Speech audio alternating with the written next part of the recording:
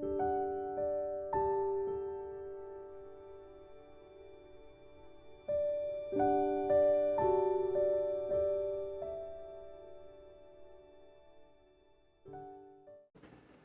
everybody, it's Tom. I'm back in the kitchen at Nana's Hidden Apron. We just did our little Costco haul. Now I want to show you some food prep ideas, some stuff that works for us. Maybe you can use it, it'll help you out. Maybe it'll give you an idea of coming up with a way that'll help you out. The first thing I want to start with is the asparagus. If you watched the Costco haul video, you saw the asparagus. This is how Brenda prepped the asparagus. That big package of asparagus that we bought at Costco, this gallon-sized Ziploc bag is actually 5 meals. There's 12 individual stalks wrapped in, I'll call it clear wrap. You can call it cellophane. There's 12 stalks per wrap.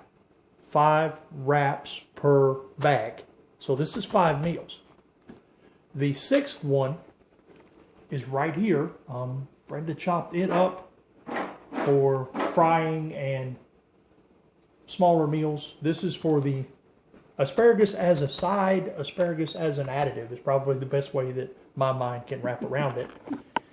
And right now I'm taking the squash and I'm going to put some cinnamon in it, some nutmeg, just a few things so that when I divide it up, it's already going to have some spice to it, so it's going to have all that goodness and yumminess right there in it when I pop it in on the pan or in the microwave.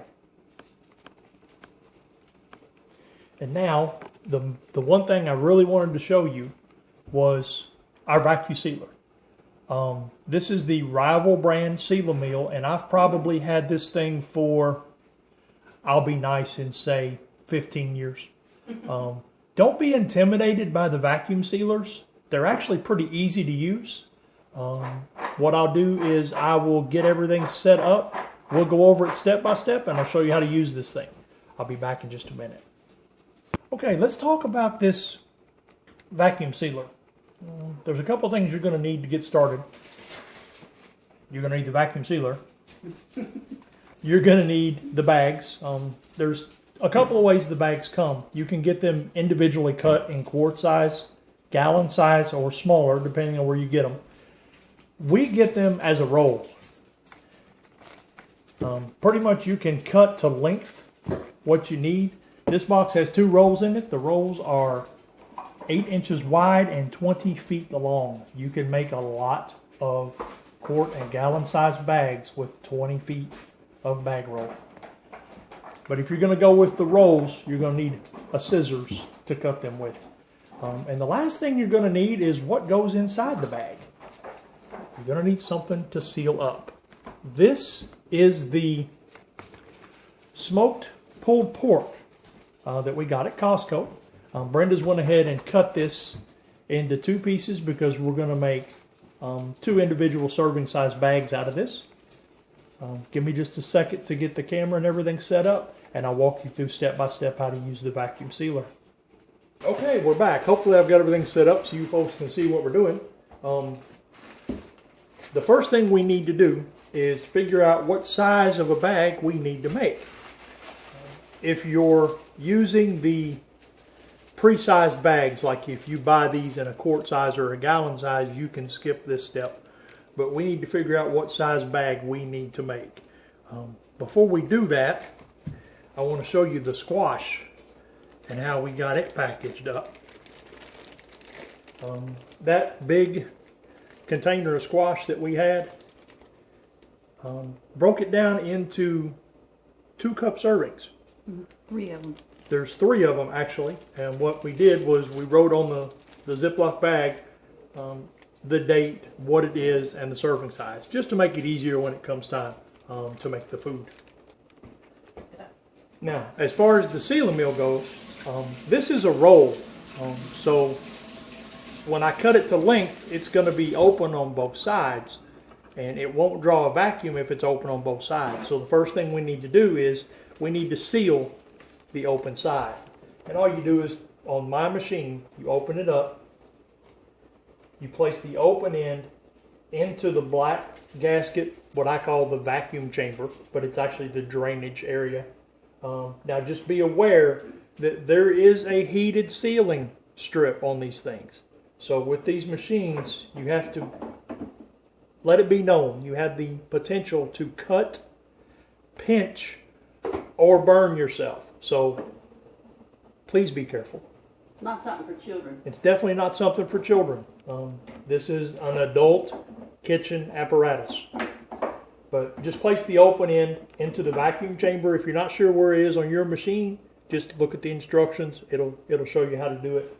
But on mine, it takes 2 hands to operate it, one on each side. When you push down, there's 2 lights that are going to come on in sequence. The first one is going to be a green light. That lets you know that the vacuum process has started. Then a red one, which is the sealing one, that lets you know that it's heat sealing it while it holds the vacuum. And on my machine, both lights go off whenever the sealing is done. But it doesn't make sense when I tell you. Probably will when I show you. So here you go.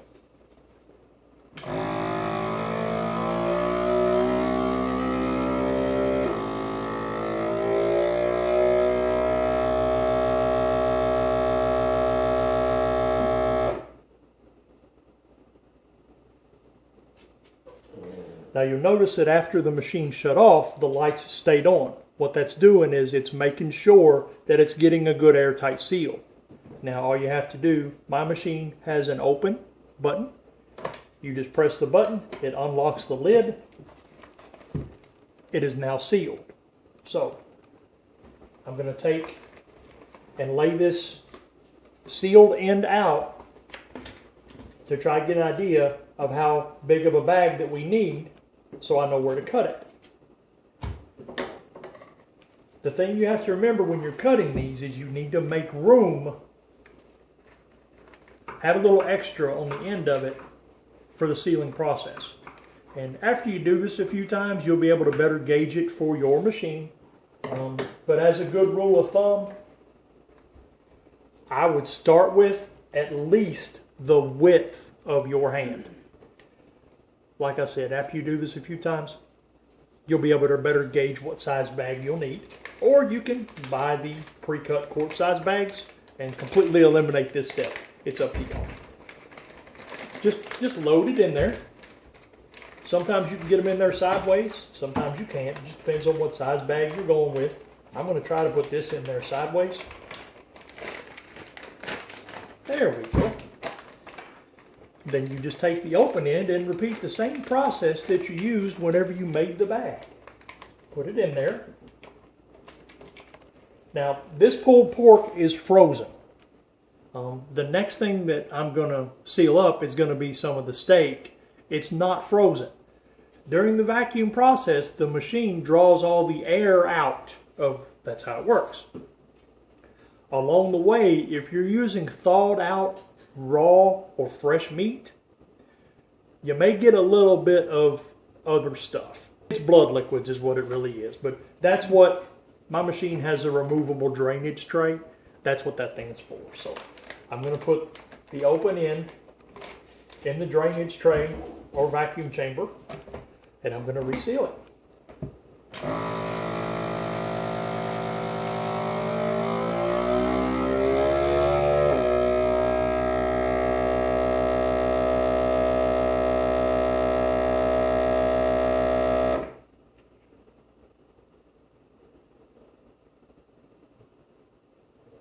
It's sealed. I'll press the open button. That is vacuum sealed. This will last a long time in a conventional freezer. Because I like to eat and I like pulled pork, this will last for a little while. That's just because I'm going to eat it. But if this ends up buried under something else in the freezer for 6 months, 8 months, 9 months, I can take it out, I can thaw it out, we can cook it, we can eat it, because I know from past experience of using my machine and what it's capable of doing that it'll still be good that long down the road. So the last thing I want to talk about is something I forgot to mention. you need a Sharpie. Because you want to write on the bag, and these bags are writable, like the Ziplocs, the date, what it is, and a serving size. Just to make it easier, because if you put this pulled pork in the freezer, and you put some of the steak in the freezer right beside it, after a little while, they're both going to be completely frozen, and they're both about the same color, and I can't tell the difference just by look and feel, so we write it on there. So I'm going to write pulled pork with today's date. Then this will be ready to go in the freezer, and then we'll start vacuuming up the rest of the stuff, and then once we get that done, we'll get back to you. We'll see y'all in a little bit.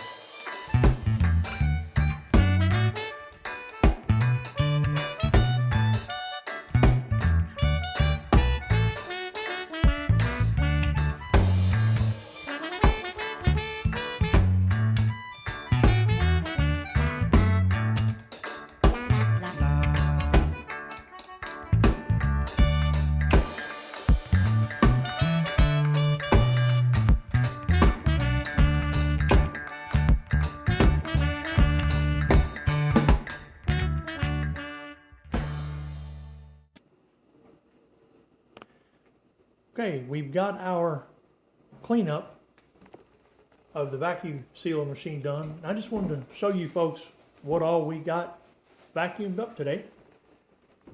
We've got the pulled pork. I've got 2 packages of the steak from the beef loin. I've got 2 packages of the steak. Each package has 2 each in it. I've got 2 pieces of the roast here. I've got also vacuumed up. Don't know if y'all saw it on camera, but there's 2 packages of beef that's been cut up into strips, strip steak basically, for cooking with. We're going to fix it with our broccoli. But if you're not keto, you can always fry this up with noodles or whatever else you want, because Noodles and gravy. it's steak. I mean, that's just why steak. That's why. One thing I didn't show you on the cleanup of the machine is I took basically the drip tray out, and we got it all washed up and sanitized. It's dried off now. I'm going to put it back in the machine. And always, when you get done, leave your machine open until the sealing strip cools completely. With my machine, I know from previous experience, I'm going to leave that thing sitting there like that for probably about 15 minutes before I check it. And then after I check it, I make sure it's cool. Then I'll go ahead and finish putting it up. But that's what we wanted to show you folks today, was just some food preparation for storage ideas that we have, some of the things that we use. Maybe y'all be able to use it too. If you like this kind of content, go ahead and give us the thumbs up. My Brenda works hard on these videos. She really does. She puts her heart and soul into everything she does. And I just want you folks to know that from a not quite outside perspective, but from her hubby's perspective. Hi, baby. And he works really hard on editing everything for me, too. She works really hard. She's passionate about her cooking and her baking, and she really loves sharing it with everybody. Mm-hmm. So if you folks like this type of content, give her a thumbs up. Subscribe to her channel. Hit that little notification bell down there. That lets y'all know when it's time for a new video to come up. And those thumbs up let us know that y'all like what we're doing, and we'll just keep right on doing it for you. We're going to go ahead and close out, finish things up here at the house.